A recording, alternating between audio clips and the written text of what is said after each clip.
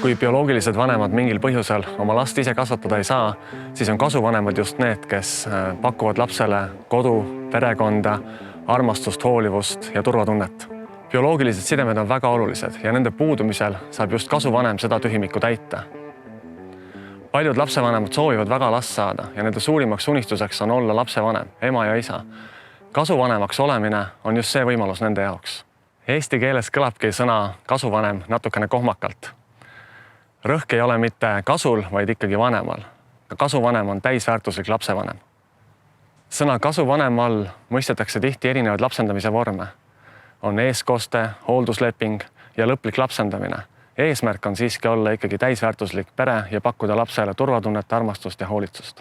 Tänu sellele, mis ülevalt poolt meile südamesse oli pandud, leidsid lisaks meie oma 3 lapsele tee meie perre veel 2 lastekodu ilma kodanikku. Nemad sündisid südamest. Veri on paksem kui vesi, ei pea paika.